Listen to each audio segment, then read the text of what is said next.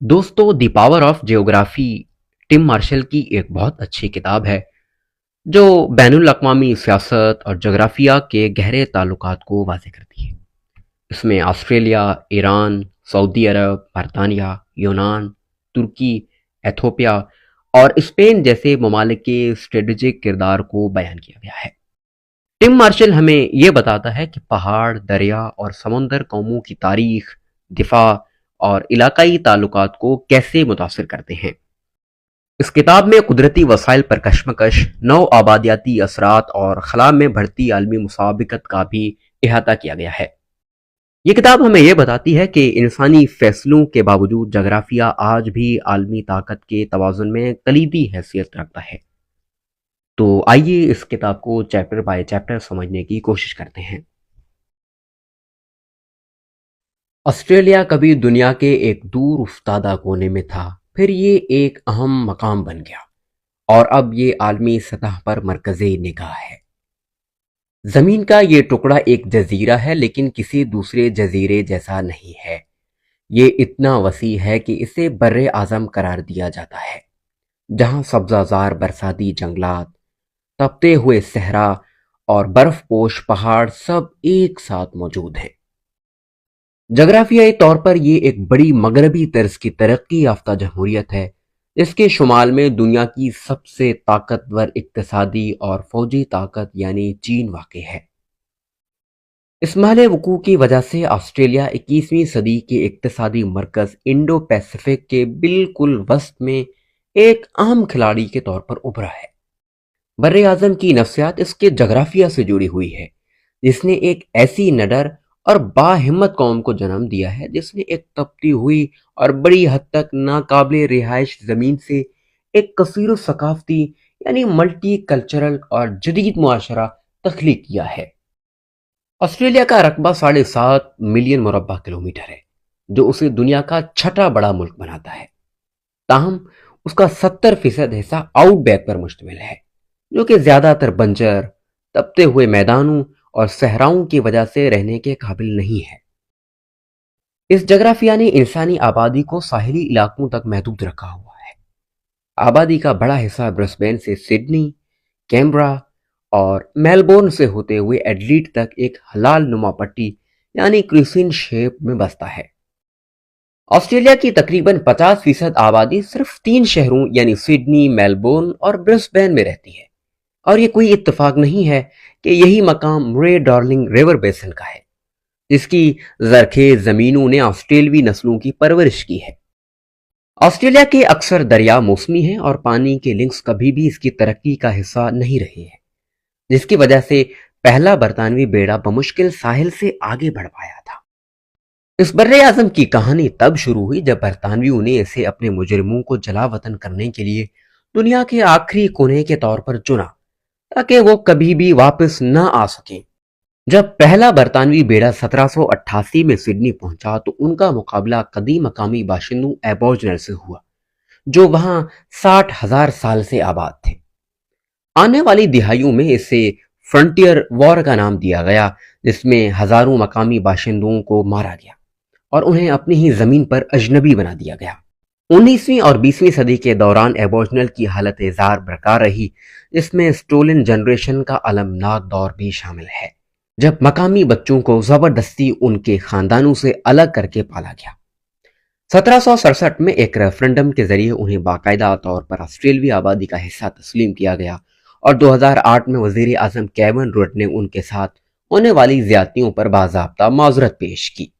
Australia کی تاریخ سونے کی تلاش سے بدلی، اس نے یہاں لاکھوں لوگوں کو راغب کیا اور معاشرے کو مزید کثیر الثقافتی یعنی ملٹی کلچرل بنا دیا۔ اگرچہ شروع میں وائٹ آسٹریلیا جیسی نسل پرستانہ پالیسیاں اپنائی گئیں، جن کا مقصد غیر سفید فام باشندوں بالخصوص چینیوں اور ایشیاؤں کا داخلہ روکنا تھا، لیکن دوسری عالمی جنگ کے بعد یورپی اور پھر ایشیائی باشندوں کی بڑی تعداد کی آمد نے اسے ایک متنوع ملک میں تبدیل کر دیا۔ آج آسٹریلیا دنیا کے امیر ترین ممالک میں شامل ہے، جسے خوش قسمت یعنی لکی کنٹری کہا جاتا ہے۔ اس کے پاس یورینیم کے وسیع ذخائر، سونا، سیسا، چاندی اور کوئلہ موجود ہے۔ تاہم کوئلے کی صنعت اور موسمیاتی تبدیلیوں کے اثرات جیسے کہ 2019 کے شدید جنگلاتی آگ کے واقعات ملک کے سامنے ایک بڑا چیلنج ہیں۔ تصویراتی لحاظ یعنی اسٹریٹجک لحاظ سے آسٹریلیا کے سامنے سب سے بڑی مشکل چین اور امریکہ کے درمیان توازن برقرار رکھنا ہے۔ چین آسٹریلیا کا سب سے بڑا تجارتی شراکت دار ہے، لیکن خطے میں اس کی بڑھتی ہوئی فوجی سرگرمیاں آسٹریلیا کے لیے خطرہ بنی ہوئی ہیں۔ دوسری عالمی جنگ نے آسٹریلیا کو یہ سکھایا کہ وہ برطانیہ پر انحصار نہیں کر سکتا، جس کے بعد اس نے امریکہ کو اپنا اہم ترین فوجی حلیف یعنی ساتھی بنا لیا۔ اب آسٹریلیا کوارڈ اور فائیو آئیز جیسے بین الاقوامی اتحادوں کے ذریعے سمندری تجارتی راستوں کو کھلا رکھنے اور خطے میں چین کے بڑھتے ہوئے اثر و رسوخ کا مقابلہ کرنے کے لیے کوشاں ہے۔ آسٹریلیا ایک ایسی جگہ پر واقع ہے جہاں ایک طرف بحر ہند ہے، دوسری طرف بحر الکاہل اور شمال میں چین ہے۔ اسے اب اس معاشی اور سیاسی کشمکش میں انتہائی ہوشیاری سے اپنا راستہ تلاش کرنا ہے۔ ایران کی جغرافیائی ساخت ایک روایتی روٹی نانے بربری کی طرح ہے، جو لمبوتری، بیضوی اور کناروں سے سخت ہوتی ہے۔ اس کے پہاڑ سرحدوں پر ایک سخت طے یا قلعے کی دیوار بناتے ہیں، جبکہ اندرونی حصہ نمکین صحراؤں اور متوازی پہاڑیوں پر مشتمل ہے۔ ایران حقیقت میں ایک قدرتی قلعہ ہے، جس کی سرحدوں پر پہاڑوں کی ایسی بلند فصیلیں موجود ہیں جو کئی مقامات پر ناقابل عبور ہیں، اور یہی وجہ ہے کہ جدید دور کی پیشہ ور افواج بھی ایران پر زمین کے راستے حملے سے کتراتی ہیں۔ یہاں کے صحرا دشت کوہر اور دشت لوت اتنے خوفناک اور بنجر ہیں کہ انہیں تباہی کے میدان کہا جاتا ہے، جہاں ریت کی تہوں کے نیچے چھپی دلدلیں کسی کو بھی غرق کرنے کی صلاحیت رکھتی ہیں۔ امریکی جرنیلوں کا یہ قول مشہور ہے کہ وہ ریگستانوں میں تو لڑ سکتے ہیں لیکن پہاڑوں میں نہیں، اور ایرانی تاریخ ایسی غیر ملکی افواج کی قبروں سے بھری پڑی ہیں جنہوں نے ان پہاڑوں کو عبور کرنے کی کوشش کی۔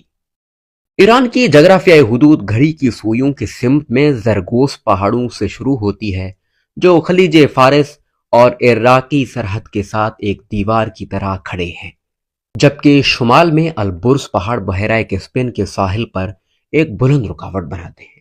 یہی جغرافیہ ایران کی طاقت کو بھی محدود کرتا ہے، کیونکہ پہاڑوں کی وجہ سے یہاں کے مختلف نسلی گروہ جیسے کہ کرد، آذری، بلوچ اور عرب اپنی الگ شناخت برقرار رکھے ہوئے ہیں، اور مرکزی حکومت کو ہمیشہ سے ان اقلیتوں کو کنٹرول کرنے کے لیے ایک سخت گیر اور جابرانہ نظام کی ضرورت پڑتی ہے۔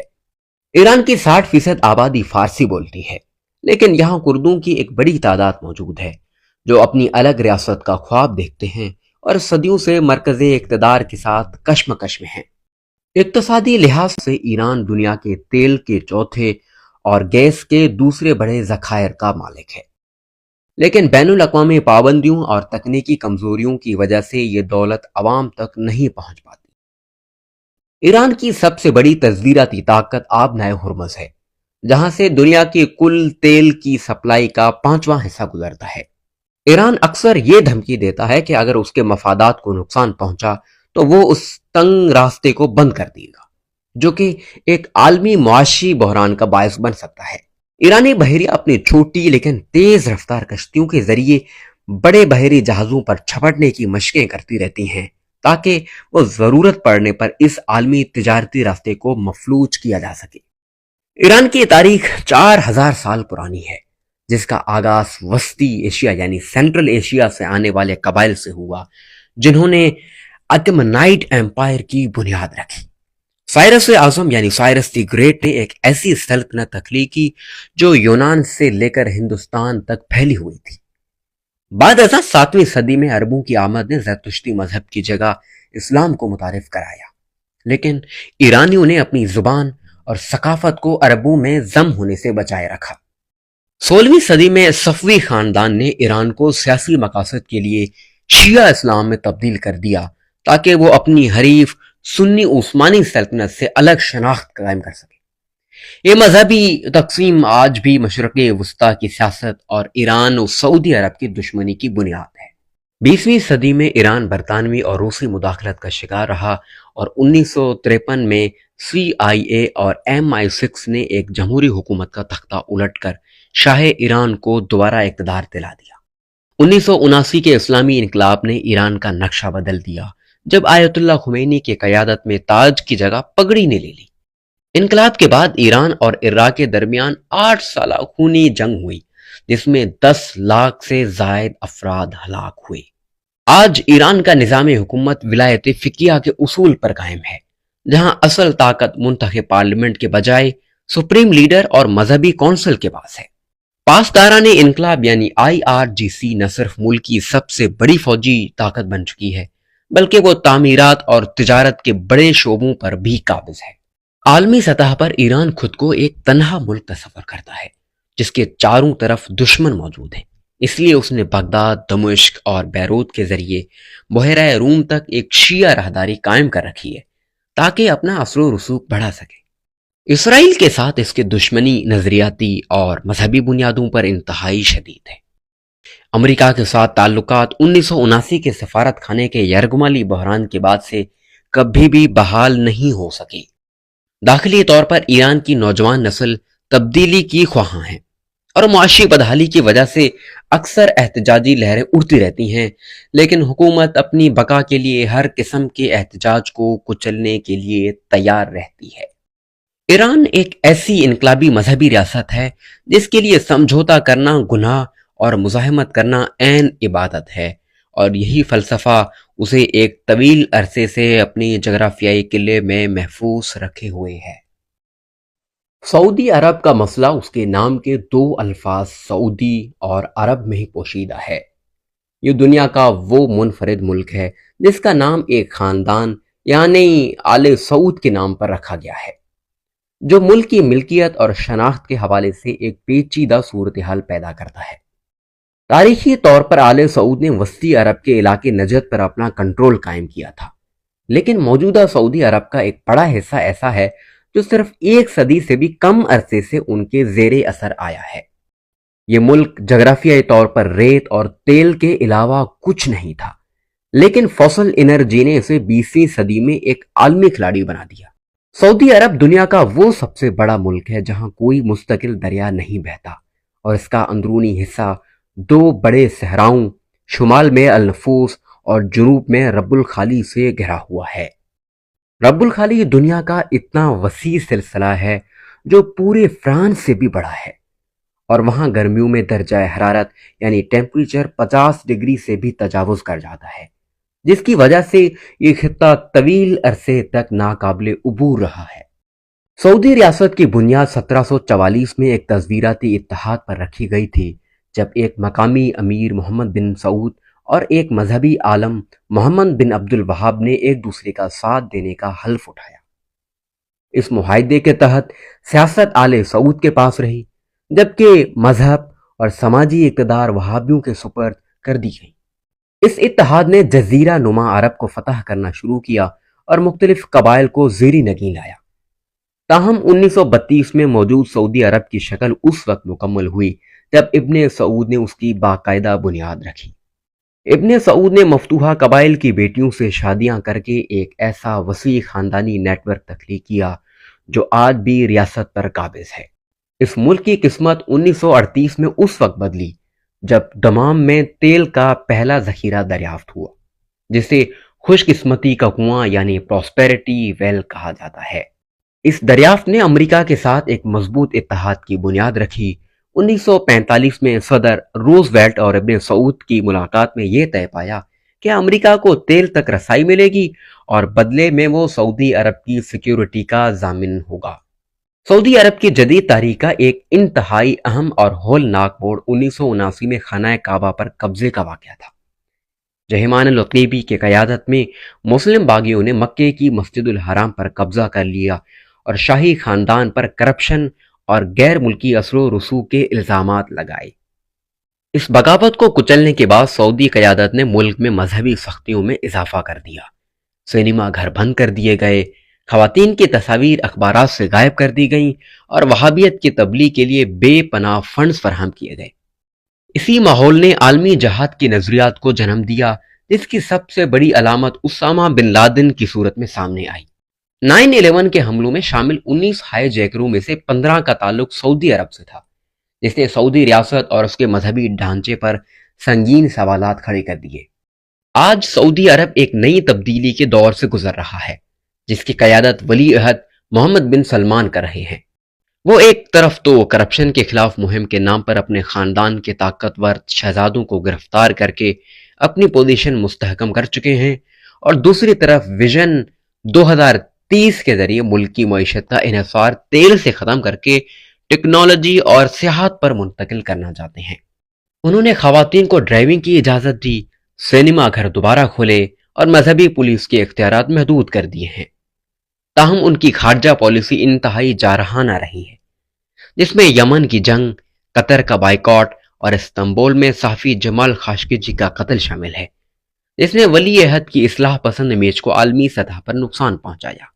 تصویراتی طور پر یعنی اسٹریٹجک طور پر سعودی عرب کا سب سے بڑا حریف ایران ہے، اور دونوں ممالک کے درمیان مشرقی وسطی میں ایک سرد جنگ جاری ہے، جو یمن اور شام میں پراکسی جنگوں کی صورت میں نظر آتی ہے۔ سعودی عرب کو داخلی طور پر اپنی شیعہ اقلیت کی بے چینی اور پانی کی شدید قلت جیسے سنگین چیلنجز کا سامنا ہے۔ یہاں پینے کا زیادہ تر پانی بجلی کے ذریعے سمندری پانی سے حاصل کیا جاتا ہے، جو ایک مہنگا عمل ہے۔ ولی عہد ایک نیا سوشل کانٹریکٹ پیش کر رہے ہیں، جس میں عوام کو تفریح اور جدیدیت ملے گی، لیکن سیاسی حقوق اور سبسڈیز میں کمی آئے گی۔ سعودی عرب اب ایک ایسے دور میں داخل ہو رہا ہے جہاں اسے تیل کے بغیر اپنی بقا کی جنگ لڑنی ہے، اور اس کا مستقبل اس بات پر منحصر ہے کہ وہ اپنی جغرافیائی حدود میں موجود ریت اور دھوپ کو کس طرح جدید ٹیکنالوجی میں تبدیل کرتا ہے۔ برطانوی آ رہے ہیں، یہ ایک ایسا جملہ ہے جو صدیوں تک دنیا کے ایک بڑے حصے میں گونجتا رہا، جس دوران انہوں نے ایک ایسی سلطنت کھڑی کی جو دنیا کے 1/4 حصے پر کنٹرول رکھتی ہے۔ متحدہ مملکت یعنی یو کے کی کہانی شمالی یورپی میدان کے مغربی سرے پر واقع ٹھنڈے اور ہواؤں کی زد میں رہنے والے ان جزائر سے شروع ہوتی ہے جو زیادہ تر تاریخ میں پسماندہ رہے، لیکن پھر اپنی جغرافیائی خصوصیات، خاص طور پر سمندروں تک رسائی کی وجہ سے دنیا کی عظیم ترین سلطنتوں کا مرکز بن گئے۔ ان جزائر کے گرد موجود پانیوں نے برطانیہ کو یورپی سرزمین کی جنگوں اور سیاست کے اثرات سے محفوظ رکھا ہوا ہے، جس کی وجہ سے یہاں کے لوگوں میں ایک الگ تھلگ رہنے والی نفسیات پیدا ہوئی، جو بریگزٹ جیسے فیصلوں میں بھی نظر آتی ہے۔ برطانیہ اب ایک ایسی نئی دنیا میں راستہ تلاش کر رہا ہے جہاں سلطنت ایک دور کی یاد بن چکی ہے۔ برطانیہ کی معاشی اور فوجی طاقت میں تیزی اس وقت آئی جب 1707 کے ایکٹس آف یونین کے ذریعے اسکاٹ لینڈ اور انگلستان ایک متحد وجود بن گئے۔ تاریخ میں پہلی بار پورے جزیرے پر ایک ہی اتھارٹی کا کنٹرول ہوا، جس سے نہ صرف انگلستان کو شمال سے حملوں کا خطرہ ختم ہو گیا، بلکہ یورپی طاقتوں کے لیے پچھلا دروازہ بھی ہمیشہ کے لیے بند ہو گیا۔ اس سیاسی اتحاد سے پہلے کی تاریخ رومن قبضے، اینگلو سیکسن، وائکنگز اور نارمنز کے حملوں سے بھری پڑی ہیں، جنہوں نے یہاں کی ثقافت اور زبان پر گہرے اثرات چھوڑے۔ رومنوں نے دریائے ٹیمز کے کنارے لندن کی بنیاد رکھی، کیونکہ یہ دریا کو عبور کرنے کے لیے ایک تصویراتی مقام تھا، اور وقت کے ساتھ ساتھ یہ شہر سلطنت کا دل بن گیا۔ برطانوی جزائر کی جغرافیائی تقسیم مشرق اور مغرب کے درمیان ہے۔ مغربی حصہ پہاڑی اور زیادہ بارش والا ہے، جبکہ مشرقی اور جنوبی حصہ ہموار اور زراعت کے لیے بہترین ہے، جہاں آبادی کا بڑا حصہ بستا ہے۔ برطانوی سلطنت کی بنیاد بحری طاقت پر تھی، کیونکہ ایک جزیرہ ہونے کے ناطے اس کی بقا کا دار و مدار سمندروں پر تھا۔ برطانیہ نے اپنے شاہ بلوط کے وسیع جنگلات کو سمندر بر بحری جہاز بنانے کے لیے استعمال کیا، جو توپوں کے گولے سہنے اور نامعلوم دنیاؤں کو دریافت کرنے کی صلاحیت رکھتے تھے۔ برطانیہ کی کٹی پٹی ساحلی لکیر نے گہرے پانیوں کی بندرگاہوں کے لیے بہترین مواقع فراہم کیے، جس سے عالمی تجارت کو فروغ ملا۔ کوئلے کی فراوانی اور ریلوے کے جال نے صنعتی انقلاب کی راہ ہموار کی، اور 19ویں صدی تک برطانیہ جبرالٹر، نہر سوئس، مالٹا اور ہندوستان جیسے اہم تصویراتی مقامات پر قابض ہو کر دنیا کی واحد سپر پاور بن چکا تھا، جس کی سلطنت پر سورج کبھی بھی غروب نہیں ہوتا تھا۔ تاہم 20ویں صدی میں جرمنی اور امریکہ کے عروج نے برطانوی اثر و رسوخ کو چیلنج کرنا شروع کیا، دو عظیم عالمی جنگوں نے اگرچہ برطانیہ کو فاتح بنایا لیکن اس کی معیشت کو تباہ کر دیا اور سلطنت کی پیٹھ توڑ دی۔ 1945 تک طاقت کا توازن بحر اوقیانوس کے پار امریکہ منتقل ہو چکا تھا اور برطانیہ کو اپنی نو آبادیات سے ہاتھ دھونا پڑے۔ اس کے بعد برطانیہ نے ایک نیا کردار تلاش کرنے کی کوشش کی، کبھی امریکہ کا دوست بن کر تو کبھی یورپی یونین کا حصہ بن کر۔ برطانوی کبھی بھی یورپی منصوبے میں اس طرح ضم نہیں ہو سکے جیسے بر اعظمی ممالک ہوئے ہیں، اور یہی معاشی اور سیاسی بے چینی 2016 کے بریگزٹ فیصلے کا باعث بنی۔ بریگزٹ کے بعد برطانیہ اب دوبارہ امریکہ کی طرف دیکھ رہا ہے اور فائیو آئیز جیسے انٹیلیجنس نیٹ ورکس کے ذریعے اپنا عالمی مقام برقرار رکھنے کی کوشش کر رہا ہے، لیکن اسے بیرونی سے زیادہ اندرونی خطرات کا سامنا ہے، خاص طور پر اسکاٹ لینڈ کی ممکنہ آزادی کا سوال۔ اگر اسکاٹ لینڈ آزاد ہوتا ہے تو برطانیہ اپنی 32% زمین اور 18,000 کلومیٹر طویل ساحلی پٹی سے محروم ہو جائے گا، لیکن اس سے بھی بڑا مسئلہ ایٹمی آبدوزوں کے اڈے فاسلین کا ہے۔ اس اڈے کے متبادل کی تعمیر میں اربوں پاؤنڈز اور کئی سال لگ سکتے ہیں، جس کے بغیر برطانیہ کا ایٹمی دفاع مفلوج ہو سکتا ہے۔ اس کے باوجود برطانیہ اپنی زبان، بہترین تعلیمی اداروں اور سافٹ پاور کی بدولت دنیا کی 10 بڑی معیشتوں میں شامل ہے۔ برطانیہ اب ایک بار پھر ایک درمیانی درجے کی یورپی طاقت کے طور پر دنیا بھر میں سیاسی اور معاشی تعلقات استوار کرنے کی کوشش کر رہا ہے۔ یونان کی جغرافیائی حقیقت کو سمجھنے کے لیے دو اہم عوامل پہاڑ اور پانی بنیادی اہمیت رکھتے ہیں۔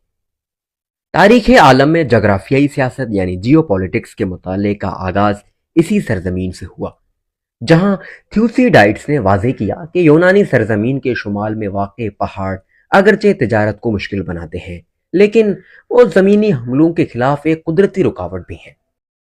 موجودہ یونان ایک ایسا ملک ہے جس میں 6,000 سے زائد جزائر شامل ہیں، اور اس کا کوئی بھی حصہ پانی سے 100 کلومیٹر سے زیادہ دور نہیں ہے۔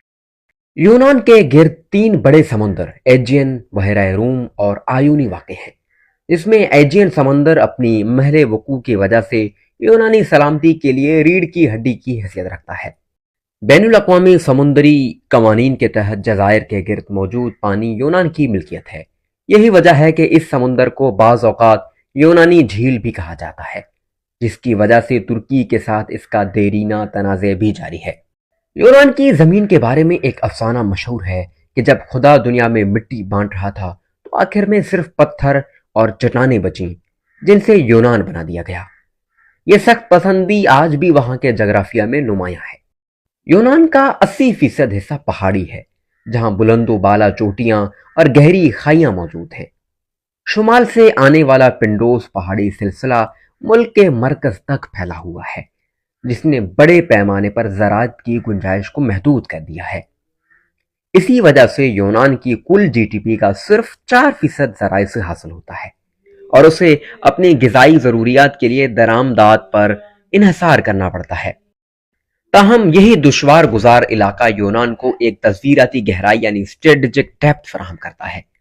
کسی بھی حملہ آور کے لیے ان پہاڑوں میں جنگ جیتنا تقریباً ناممکن رہا ہے، کیونکہ دفاعی افواج بلندیوں پر پناہ لے کر طویل مزاحمت کر سکتی ہیں۔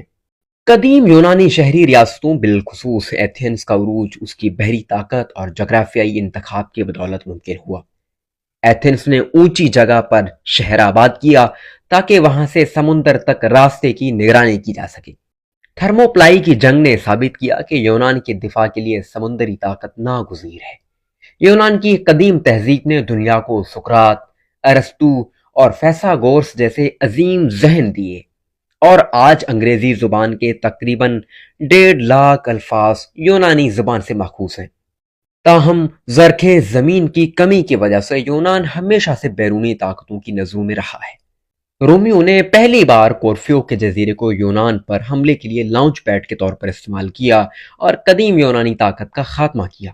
یونان کی جدید تاریخ 1453 میں قسطنطینیہ کے سقوط اور عثمانی تسلط سے جڑی ہوئی ہے، جس نے یونان کو کئی صدیوں تک یورپ سے الگ تھلگ رکھا۔ 19ویں صدی میں یونانی قوم پرستی اور میگالی آئیڈیا یعنی تمام یونانیوں کو ایک عظیم ریاست میں متحد کرنے کے خواب نے جنم لیا۔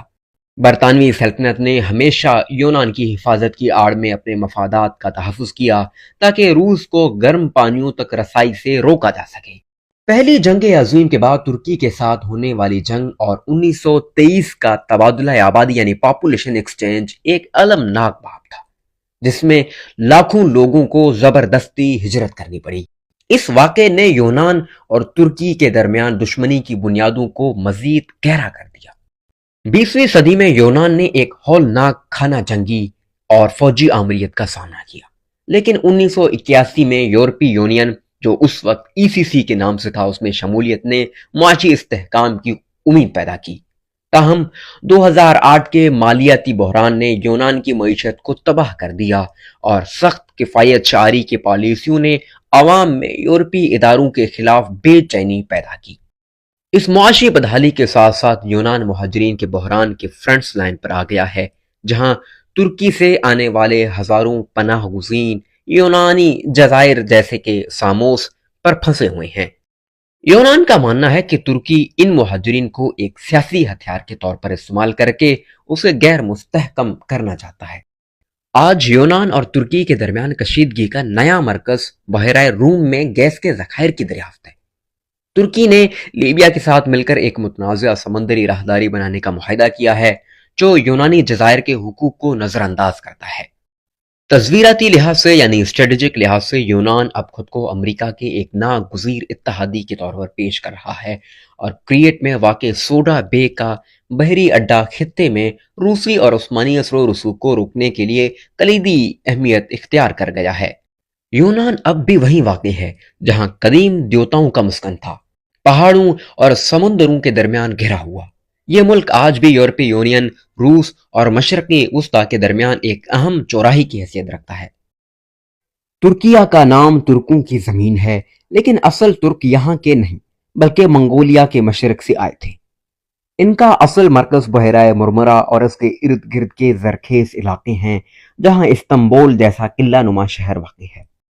ترکیہ کے پاس باسفورس اور دردانیال جیسی اہم آبی گزرگاہیں ہیں جن پر کنٹرول اسے ایک بڑا دفاعی فائدہ دیتا ہے اور اسے شمال، جنوب، مشرق اور مغرب کے تجارتی راستوں کا پہرہ دار بناتا ہے۔ یہ علاقہ ہمیشہ سے بیرونی طاقتوں کی نظروں میں رہا ہے کیونکہ یہاں سے گزرنے والی تجارت پر ٹیکس وصول کیا جا سکتا ہے۔ آج کا ترکیہ ایک بار پھر مشرق اور مغرب کے چوراہے پر کھڑا ہے، جہاں وہ یورپ جانے والے مہاجرین کے راستے کا محافظ ہے اور اپنی نو عثمانی خواہشات کے ساتھ عالمی سطح پر اپنا کردار تلاش کر رہا ہے۔ ترکوں کی اناطولیہ میں آمد 9ویں صدی میں شروع ہوئی جب وہ وسطی ایشیا سے ہجرت کر کے یہاں پہنچے اور اسلام قبول کیا۔ 1071 میں ملا زکرد کی جنگ میں سلجوقوں نے بازنطینی فوج کو شکست دی، جس سے اناطولیہ کے دروازے ترک قبائل کے لیے کھل گئے۔ 13ویں صدی کے آخر میں عثمان غازی نے اپنی عمارت قائم کی جس کے پیروکار عثمانی کہلائے اور انہوں نے بازنطینی علاقوں پر قبضہ کرنا شروع کر دیا۔ 1453 میں عثمانیوں نے قسطنطینیہ کی 1000 سالہ دیواروں کو گرا کر شہر فتح کر لیا اور اسے اپنی عظیم سلطنت کا دارالخلافہ بنایا۔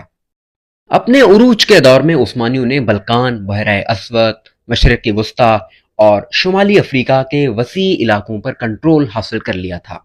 عثمانی سلطنت ایک کثیر النسلی اور کثیر الثقافتی ریاست تھی جہاں غیر مسلموں کو ذمہ کا درجہ حاصل تھا، جس کا مطلب تھا کہ وہ جزیہ دے کر یعنی ٹیکس دے کر ریاست کی حفاظت میں رہتے تھے۔ 1683 میں ویانا کے دروازوں پر شکست عثمانی طاقت کے زوال کا نقطہ آغاز ثابت ہوئی، جس کے بعد مغربی قوموں کی صنعتی ترقی نے ترکوں کو پیچھے چھوڑ دیا۔ پہلی جنگ عظیم میں غلط فریق کا ساتھ دینے نے اس سلطنت کا خاتمہ کر دیا، جس کے بعد جدید جمہوری ترکیہ کا قیام عمل میں آیا اور انقرہ کو دارالخلافہ بنایا گیا۔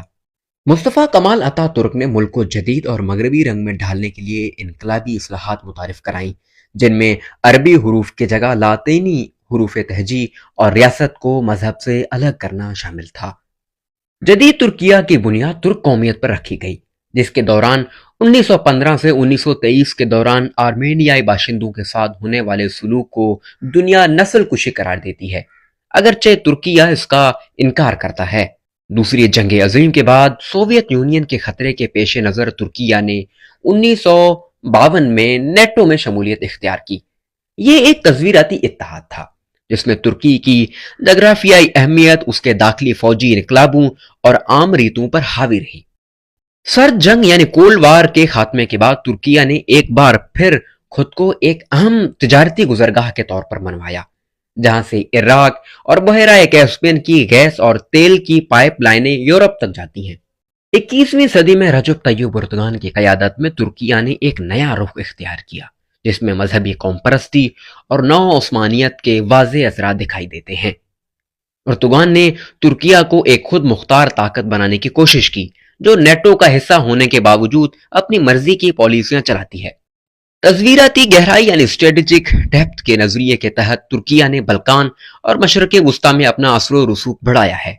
تاہم ہمسایوں کے ساتھ صفر مسائل کی پالیسی جلد ہی صفر دوستوں میں تبدیل ہو گئی، کیونکہ ترکیہ کے مفادات مصر، سعودی عرب اور اسرائیل جیسے علاقائی کھلاڑیوں سے ٹکرانے لگے۔